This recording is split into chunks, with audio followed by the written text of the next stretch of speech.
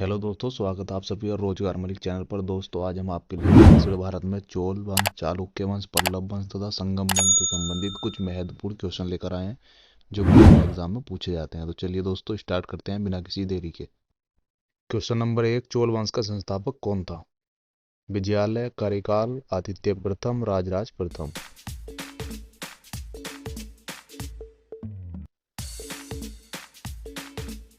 दोस्तों, आपका सही उत्तर हो जाएगा ऑप्शन ए, विजयालय। दोस्तों, चोल वंश का संस्थापक विजयालय था। इंपॉर्टेंट क्वेश्चन है, बार बार एग्जाम में पूछा जाता है, इसको याद रखेंगे। चोल वंश की स्थापना किसने की थी? विजयालय ने। चलिए अगला क्वेश्चन देखते हैं। क्वेश्चन नंबर 2, निम्नलिखित में से किस मंदिर परिसर में एक भारी भरकम नंदी की मूर्ति है जिसे भारत की विशालतम नंदी मूर्ति माना जाता है? वृद्ध शहीद ईश्वर मंदिर, लिंगराज मंदिर, कंदरिया महादेव मंदिर, लेपाक्षी मंदिर। आपका सही उत्तर हो जाएगा वृद्ध शहीदीश्वर मंदिर।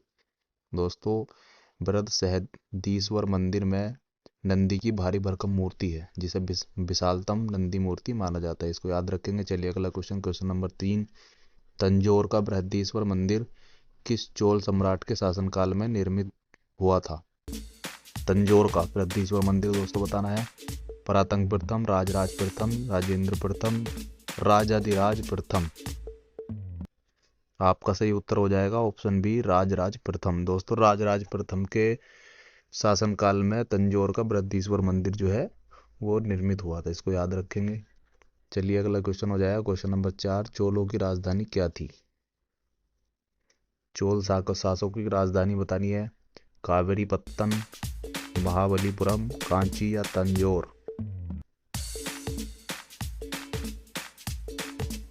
दोस्तों, आपका सही उत्तर हो जाएगा option D, Tanjore.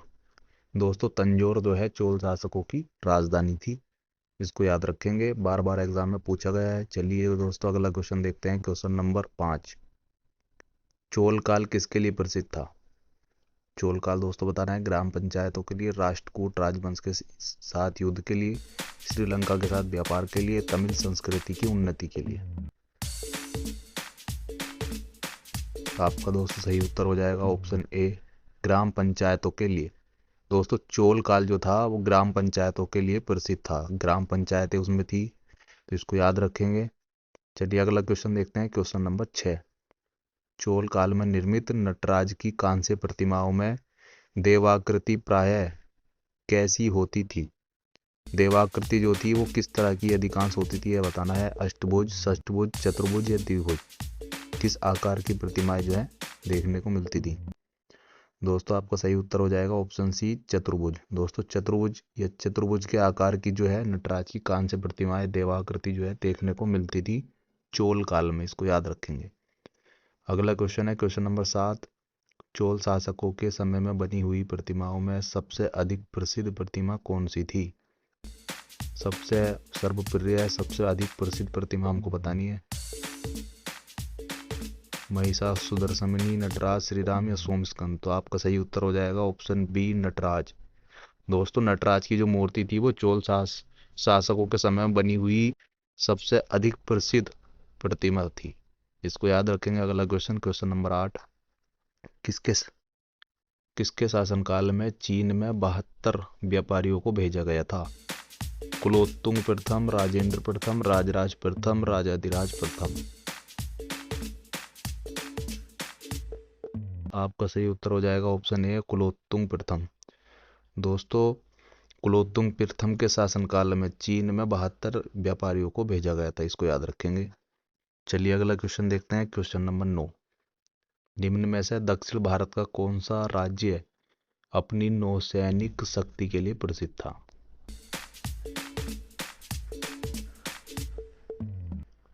Chola, chair, Pallav या राष्ट्रकूट। दोस्तों, आपका सही उत्तर हो जाएगा ऑप्शन ए, चोल।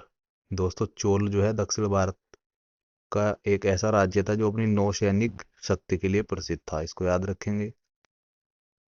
चलिए अगला क्वेश्चन, क्वेश्चन नंबर 10, निम्नलिखित चोल शासकों में से किसने बंगाल की खाड़ी को चोल झील का स्वरूप प्रदान किया था? तो ऐसा कौन सा शासक है? राजराज प्रथम, राजेंद्र प्रथम, राज अधिराज या कुलोत्तुंग। तो दोस्तों आपका उत्तर हो जाएगा ऑप्शन बी, राजेंद्र प्रथम। दोस्तों राजेंद्र प्रथम ऐसा चोल शासक था जिसने बंगाल की खाड़ी को चोल झील का स्वरूप प्रदान किया था, इसको याद रखेंगे। अगला क्वेश्चन है क्वेश्चन नंबर 11, गंगे कोंड चोलपुरम की स्थापना किसने की थी?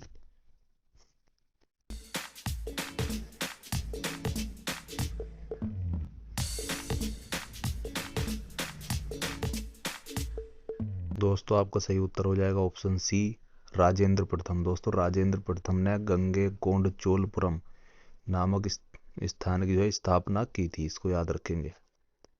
चलिए अगला क्वेश्चन हो जाएगा क्वेश्चन नंबर 12, किस चोल शासक ने जल सेना प्रारंभ की थी?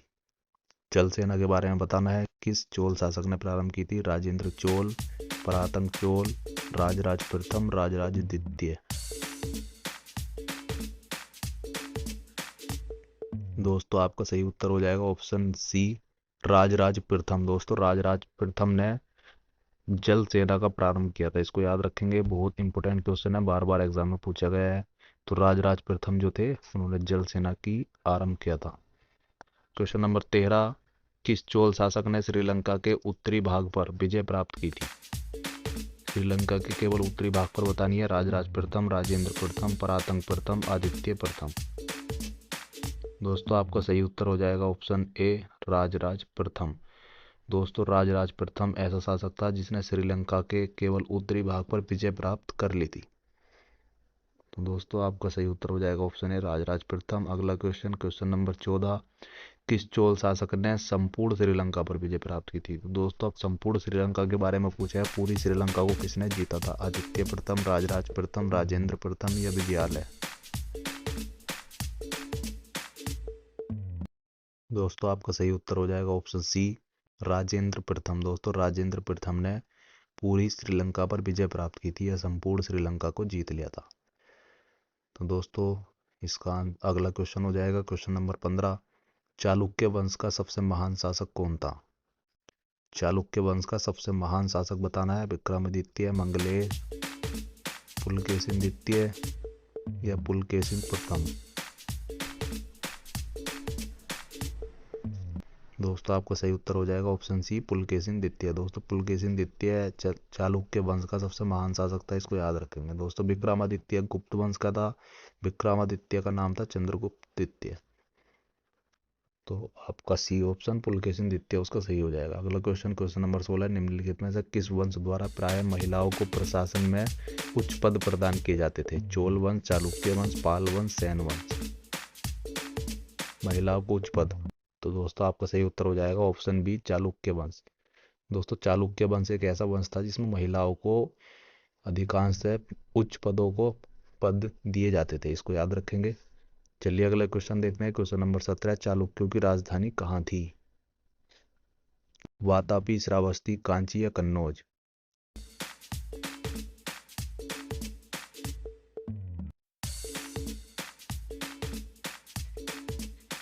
दोस्तों आपका सही उत्तर हो जाएगा ऑप्शन ए, वातापी। चालुक्यों की जो राजधानी थी दोस्तों वो वातापी थी, इसको याद रखेंगे।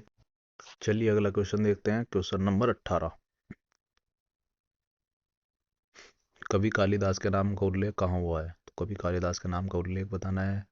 ऑप्शन ए, पुलकेशिन द्वितीय के ऐहोल अभिलेख में, ऑप्शन बी, मिहिर भोज के ग्वालियर अभिलेख में, कुमार गुप्त प्रथम के कर्मदंड शिवलिंग अभिलेख में, ऑप्शन डी, चंद्रगुप्त द्वितीय के मथुरा स्तंभ लेख में। तो दोस्तों आपका सही उत्तर हो जाएगा ऑप्शन ए, पुलकेशिन द्वितीय के ऐहोल अभिलेख में। दोस्तों ऐहोल अभिलेख में कालिदास का वर्णन किया गया है या इसका जिक्र हुआ है, तो इसको याद रखेंगे।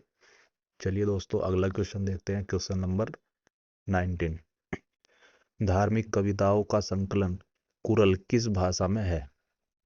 तो कुरल के बारे में बताना है, यह किस भाषाओं में, यह किस भाषा में लिखा गया है? ग्रीक, तमिल, तेलुगु, पाली?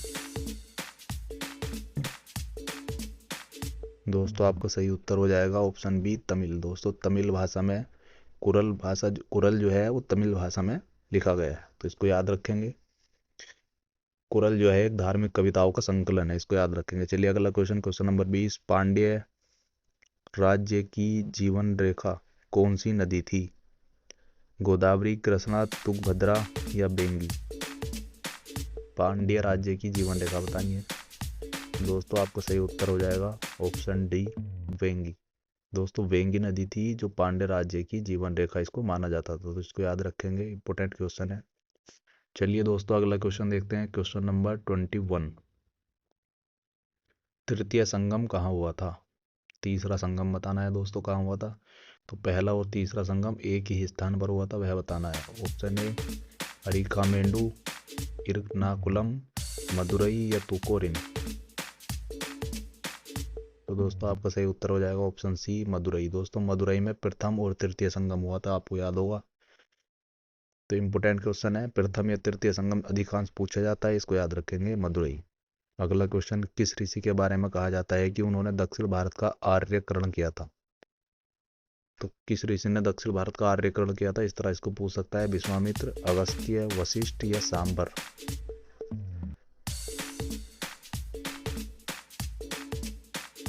दोस्तों आपका सही उत्तर हो जाएगा ऑप्शन बी अगस्त्य। दोस्तों अगस्त्य ने जो है दक्षिण भारत का आर्यकरण किया था, इसको याद रखेंगे, बहुत इंपॉर्टेंट क्वेश्चन है, बार बार एग्जाम में पूछा गया है। तो अगला क्वेश्चन देखते हैं, क्वेश्चन नंबर 23। किस चीनी यात्री ने चालुक्यों के शासनकाल में चीन एवं भारत के संबंधों का विवरण दिया है? फाहयान, हुएनसांग, इत्सिन या मतवालिन। ऐसा कौन सा चीनी यात्री है दोस्तों जिसने चीन और भारत के संबंधों का वर्णन दिया था चालुक्य काल में? तो दोस्तों आपको उत्तर हो जाएगा ऑप्शन डी मातवालिन। दोस्तों मातवालिन ने जो है चालुक्य के शासनकाल में भारत और चीन के जो संबंध थे उनका वर्णन दिया है, इसको याद रखेंगे। चलिए अगला क्वेश्चन देखते हैं, क्वेश्चन नंबर 24। किस राजवंश ने उत्तर भारत पर शासन नहीं किया है? ऐसा कौन सा राजवंश है जिसने उत्तर भारत पर शासन नहीं किया है? चालुक्य, राजपूत, गुप्त या मौर्य।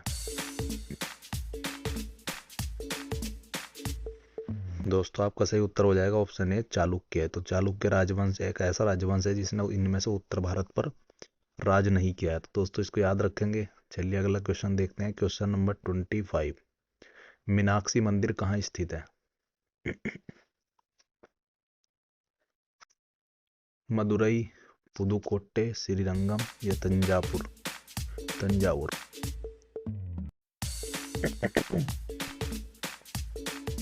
दोस्तों आपका सही उत्तर हो जाएगा ऑप्शन ए मदुरई। दोस्तों मदुरई में मीनाक्षी मंदिर स्थित है। तो दोस्तों आज के लिए इतना ही काफ़ी है। यदि आपको वीडियो पसंद आया तो दोस्तों आगे भी इसी तरह की वीडियो पाने के लिए हमारे चैनल को सब्सक्राइब करें और बेल आइकन को जरूर दबा दें।